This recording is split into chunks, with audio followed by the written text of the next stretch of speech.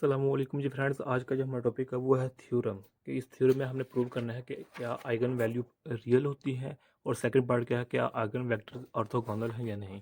हमने quantum mechanics की series start की हुई है। इस सीरीज में वीडियो नंबर 5 का आज सी पार्ट है।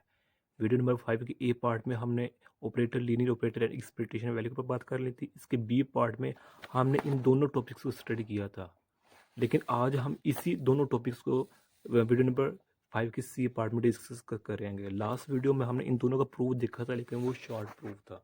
अब हम इन दोनों का लॉन्ग प्रूफ देखने की कोशिश करते हैं। ओके, तो आइए स्टार्ट करते हैं। बिस्मिल्लाहिर्रहमानिर्रहीम, सल्लल्लाहु अला मुहम्मद सल्लल्लाहु अलैहि व आलिहि वसल्लम। वे ये वीडियो नंबर 5 का सी पार्ट है।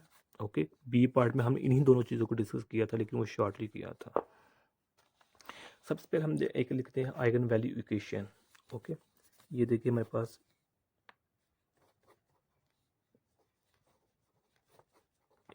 आइगन वैल्यू इक्वेशन है, जिसमें हमारे पास ये क्या है, ऑपरेटर है। ये वाला क्या है, ऑपरेटर है। ये आइगन फंक्शन कह लें या आइगन स्टेट कह लें, ये और ये सेम है। ओके, और ये हमारे पास आइगन वैल्यू है हमारे पास। अब इसको हम देते हैं इक्वेशन नंबर 1 का नाम। अब इस इक्वेशन का हम कॉन्जुगेट लेते हैं, कॉम्प्लेक्स कॉन्जुगेट लेंगे तो मेरे पास ये बन जाएगा।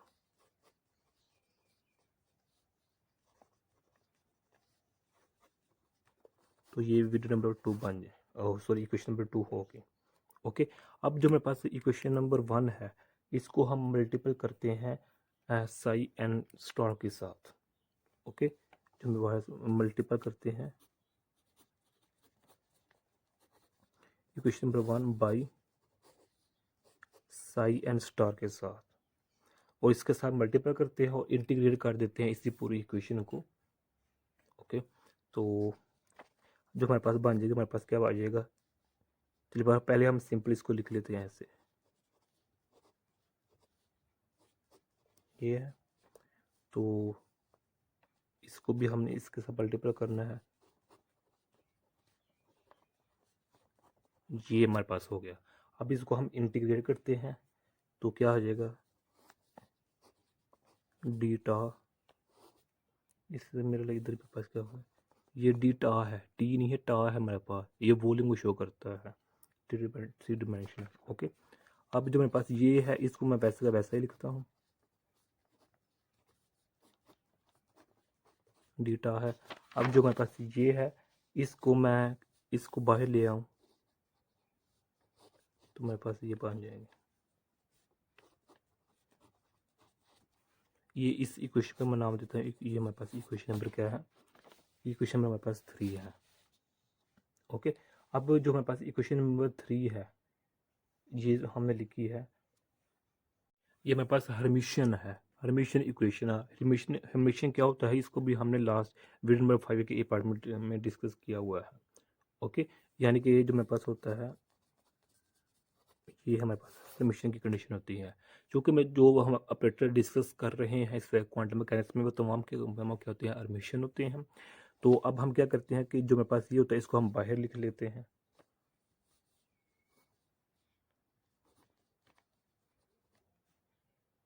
ओके,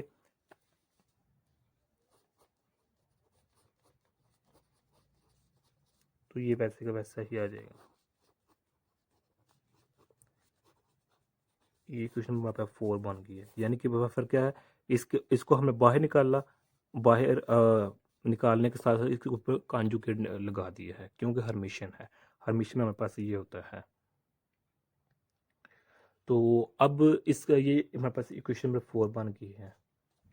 अब जो हमारे पास इक्वेशन नंबर 2 है, इसको अब हम मल्टीपल करते हैं विद साई एन के साथ, multiplying equation number 2 by psi N.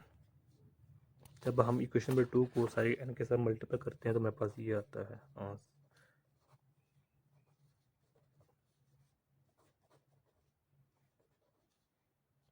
Is equal to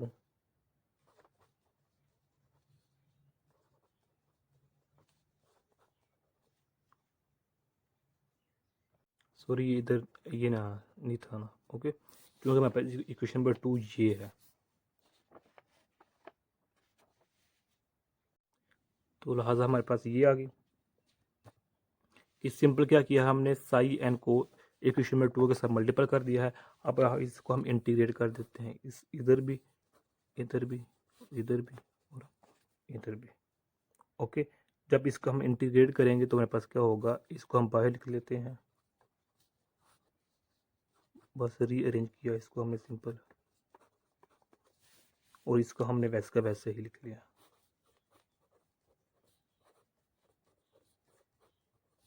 data, ये इक्वेशन हमारे पास बन गई है 5। अब यहाँ देखिए कि जो इक्वेशन नंबर 4 और 5 है, इसकी ये वाली साइड और ये वाली साइड क्या है, आपस में इक्वल है। ओके, इसको अंदर लिख लें या बाहर लिख लें, इसको भी आप अगर यहाँ लिखना चाहें तो बाहर लिख सकते हैं। ये क्या है, सेम है। जब ये सेम है, लेफ्ट साइड दोनों की सेम है, तो इसको भी हम इक्वल लिख सकते हैं।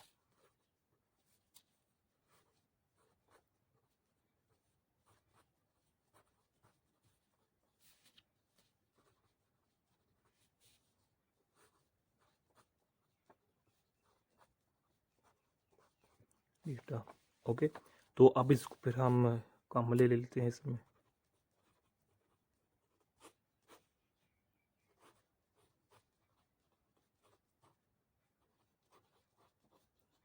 इज इक्वल टू 0, तो जब हमारे पास ये वाली टर्म है, ये तो 0 के इक्वल कभी भी नहीं होती, तो हमारे पास फिर ये वाली टर्म आ गई,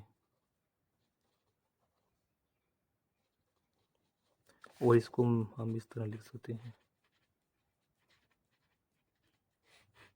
ये वाला। तो सो हमारे पास जो आइगन वैल्यूज़ हैं ऑफ हर्मिशियन ऑपरेटर, वो क्या हमारे पास आ गई हैं, रियल आ गई हैं। ओके, यही हमने लास्ट वीडियो नंबर 5 के बी पार्ट में प्रूव किया था, कि जब हमने केस 1 देखा था कि जब हमारे पास m इक्वल टू n है, तो हमारे पास यही रिलेशन आया था वहाँ। तो यहाँ प्रूव क्या हो गया कि जो हमारे पास हर्मिशियन ऑपरेटर की जो वैल्यूज़ होती हैं, आइगन वैल्यूज़ होती हैं, वो हमारे पास क्या होती हैं, रियल होती हैं। अब हमारे पास ये प्रूव हो चुका है। अब हमें प्रूव करना है आइगन वेक्टर्स आर ऑर्थोगोनल। अब चूँकि वीडियो लंबी हो रही है, तो इसलिए मैंने इसको ना डायरेक्ट करने की कोशिश करता हूँ, यानी कि जो पेजेस पर। अब यहाँ देखें कि जो हमारे पास प्रूव करने लगे फॉर ऑर्थोगोनल के लिए, हमने क्या किया कि कैसे टू ऑर्बिटरी फंक्शन है, एक u एंड v है, in the same domain of dimension are set to orthogonal to each other, कि जो हमारे पास दो हमारे पास फंक्शन है u एंड v, उसको हमने इस फॉर्म में लिखा है, जो जिसको हम इक्वेशन में 1 का नाम दे रहे हैं। और ये क्या है, एक u और v एक दूसरे के लिहाज से क्या कहलाते हैं, ऑर्थोगोनल कहलाते हैं। ओके, तो जो हमारे पास ये स्टार है, ये कॉम्प्लेक्स कॉन्जुगेट को शो कर रहा है, ये तो हमें पहले पता है ये वाला। ओके, और हमने यहाँ क्या कर दिया है, इसका इंटीग्रेट कर दिया। हमारे पास u एंड v है, इसके ऊपर हमने स्टार गया। स्टार क्यों लगा, स्टार यानी कि ये देखें, ये एक दूसरे के इक्वल है, क्योंकि हम हर्मिशियन ले रहे हैं, हर्मिशियन की बात कर रहे हैं इधर। तो ये हो गया। अब हम कंसिडर करते हैं psi N and psi M, two eigen functions हमारे पास, या आइगन वेक्टर्स हमारे पास of A belonging to eigen values A and N respectively, यानी कि हमारे पास equation number 2 and equation number 3 है, ये हमारे पास है। ये हमारे पास ए क्या है, ऑपरेटर है, ये क्या है, आइगन वेक्टर कह लें, और ये हमारे पास आइगन वैल्यू है, और ये आइगन वैल्यू है, यहाँ m है, यहाँ भी m है, यहाँ n है, यहाँ भी n है। इक्वेशन नंबर 2 और 3 हो गया। अब हम क्या करेंगे, इक्वेशन नंबर जो 2 है, इसको हम मल्टीप्लाई करेंगे साई एम स्टार के साथ। ओके, इसके साथ मल्टीप्लाई करेंगे, तो मल्टीप्लाई करने के बाद उसको हम इंटीग्रेट कर देंगे। तो देखिए कैसे, कि ये देखिए मैं मल्टीप्लाई किया, तो हमारे पास ये आ गया, तो इसको हमें ये वाला, तो फिर अब इसको हम इंटीग्रेट कर देंगे। ये डी टॉक है, वॉल्यूम शो कर रहा है। ओके, तो अब यहाँ हमने सिंपल सिर्फ इसको बाहर निकाल लिया, तो मेरे पास ये इक्वेशन नंबर 4 आ गई है। डन। अब जो मेरे पास ये इक्वेशन नंबर 3 है, इसका हम कॉम्प्लेक्स कंजुगेट लेने लगे हैं। इक्वेशन नंबर 3 है, इसका कॉम्प्लेक्स कंजुगेट लिया, तो मेरे पास ये आ गया, और इसको हम इस तरह लिख सकते हैं, यानी कि जो मेरे पास ये है इसके इक्वल है। ओके, क्योंकि हर मिशन के बाद, हर मिशन में जो हमारे पास होता है डैगर होता है, यानी कि कंजुगेट होता है, वो उसके सिंपल ऑपरेटर के यानी कि आइगन वैल्यू के इक्वल ही होता है। अब इक्वेशन नंबर 5 बन के, इस इक्वेशन नंबर 5 को हम मल्टीपल करते हैं साई एम के साथ, तो साई एम के साथ मल्टीप्लाई किया तो हमारे उसके बाद इसको हमने इंटीग्रेट कर दिया, हमारे पास इक्वेशन नंबर 6 आ गई। 5 से हम कन्वर्ट हो चुके हैं 6 में। सिंपल क्या किया है कि इसको हमने मल्टीपल कर दिया है साई एम के साथ, हमारे पास ये आ गई है, तो इसको हम इंटीग्रेट कर देंगे। सिमिलरली यहाँ ऐसे किया है, क्योंकि हमारे पास ए क्या है, हर्मिशन है, ए क्या है हमारे पास हर्मिशन है, तो इसको हम ऐसे सिंपल ऐसे भी लिख सकते हैं।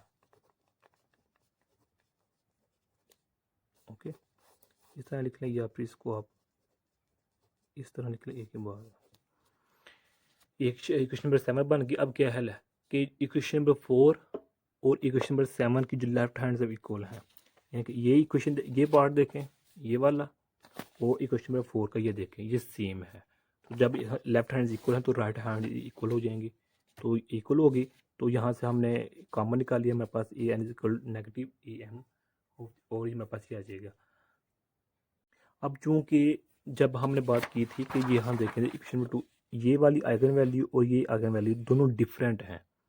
ओके, यानी कि क्या है, जब हमारे पास m is not equal to n, ये हमारे पास कंडीशन है इधर, तो हमारे पास क्या होगा कि जो ये वाली टर्म है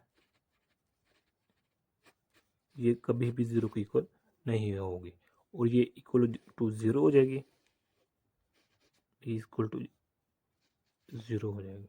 तो 0 हो गया, 0 होने का मतलब क्या है कि ये ऑर्थोगोनल शो कर रहे हैं इधर, यानी कि इसका मतलब क्या है, इसका मतलब हमारे पास जो मतलब है वो ये है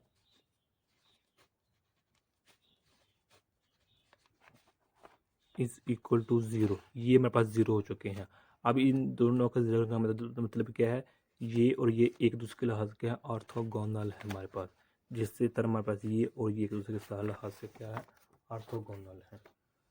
ओके, ऑर्थोगोनल का मतलब क्या है कि 90 का एंगल बन रहा है। तो यही आज का हमारा नासा टॉपिक था। अगर आप लोगों ने अभी तक हमारा चैनल पाक एमन अकेडमी इसको सब्सक्राइब भी नहीं किया तो प्लीज़ सब्सक्राइब कर दीजिए। जज़ाकल्लाह खैर। अस्सलाम वालेकुम व रहमतुल्लाहि व बरकातुहू।